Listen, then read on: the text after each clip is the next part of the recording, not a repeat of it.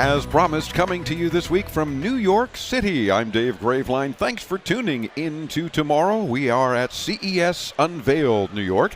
It's the official press preview for the upcoming 2015 International CES that's right around the corner, and where we will be launching our 20th year on the air, and hope that you don't miss any of our 3 weeks worth of coverage of the big CES coming up from Las Vegas in January. Well, this particular event is for those who just can't wait for CES in Vegas, because there's so much to talk about, so many new products, so many innovation award winners, so much cool things to discuss on the program and in general for the consumer electronics industry, that's why we as well are here at this big event, CES Unveiled New York. And it's always great to start off this event with the top dog, if you will. He is in fact the president and CEO of CEA, the Consumer Electronics Association, Mr. Gary Shapiro. Gary, how are you, sir? Thank you, and congratulations on your 20th year at CES. That is phenomenal. We think so. What's cool is seeing all the products, seeing all this innovation over the past 20 years that we've been able to talk about and promote and get excited over. That's what's fun.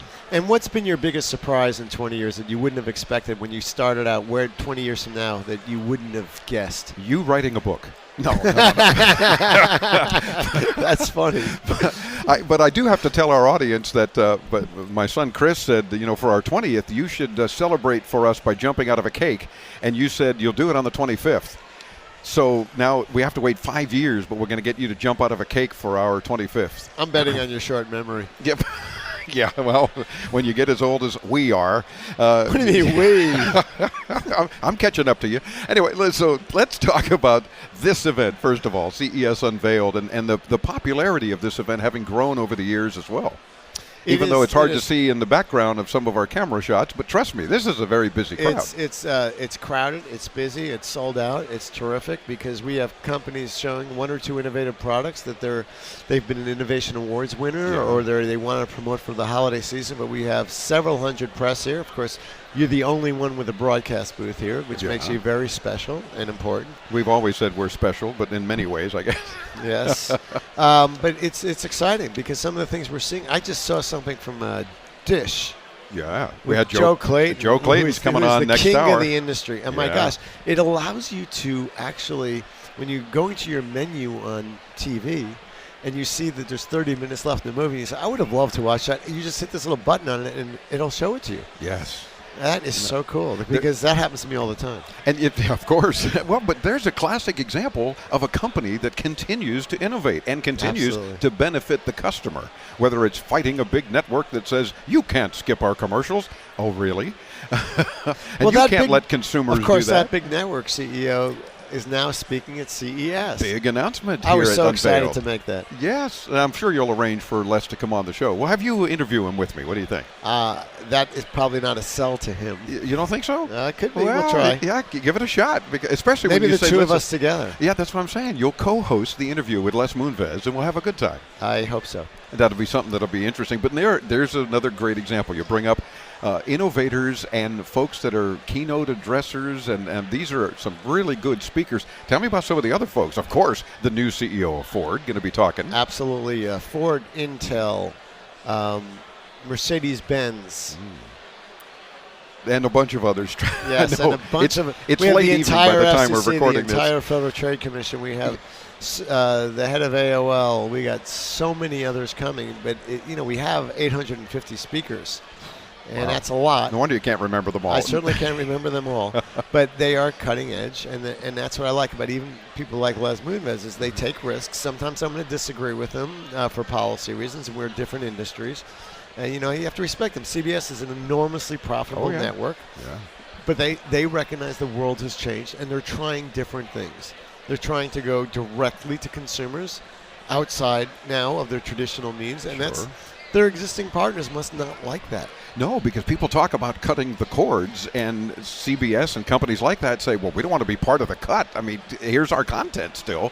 Folks want to see content, whether it be from CBS or other providers, on all kinds of devices. Absolutely. And it doesn't necessarily mean it has to come from Comcast or somebody. That's true. And, but out of fairness to Comcast, they provide cable, but they were very smart and they created the fact that they are a huge broadband provider. So they'll get it either way. So I don't really worry about Comcast actually doing well. But what our goal is to make sure that Comcast and AT&T and Verizon and other broadband providers are competing with each other.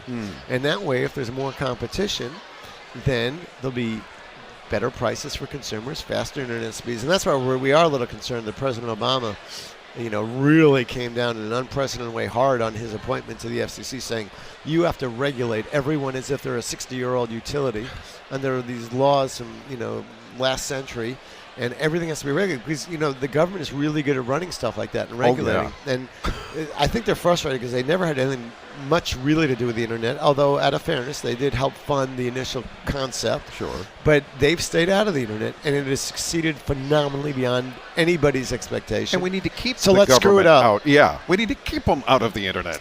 I think that's the view that many politicians are taking. It's like, why would we want to mess with something that's good because of this theoretical harm? But on the other hand, we all agree, like, pornography is not as important maybe for internet speeds as medical information. It's to save someone's life. So, but I think people can come together. Look, no one's ever proven any harm yet in 15 years of this debate, and things are doing fine. So why President Obama in his busy time in China and traveling the world issued a statement directing one of his appointees to do something that he's never done before.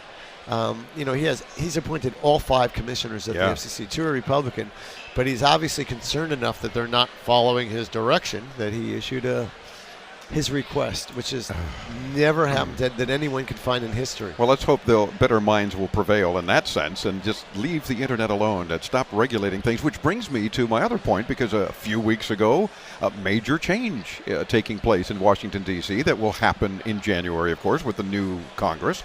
Do you find this to be good, bad, or indifferent for the consumer electronics industry? Oh, we're absolutely thrilled, and we're not secret about it. I actually wrote an op-ed saying that Senator Majority Leader Reid had to be replaced. And I wrote that 2 months ago. For a lot of reasons.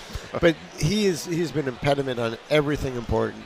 So patent troll legislation, for example, went through the House bipartisan, overwhelmingly Democrats. President Obama said he would support it. It was about to pass the Senate Judiciary Committee, chaired by a Democrat. And Harry Reid called him up and said, stop it, I'm not going to bring it to the floor. Too many trial lawyer friends, Too many trial lawyers. Trial lawyers are big funders of the Democratic Party. And, we have more lawyers per person in this country than anywhere in the world, probably all put together. And they want to sue over everything. And what that does is it squashes innovation. It has CEOs and top engineering people focusing on litigation and depositions instead of building products. Sure. And it kills American jobs and puts it in the money of lawyers. And frankly, lawyers don't contribute much to society.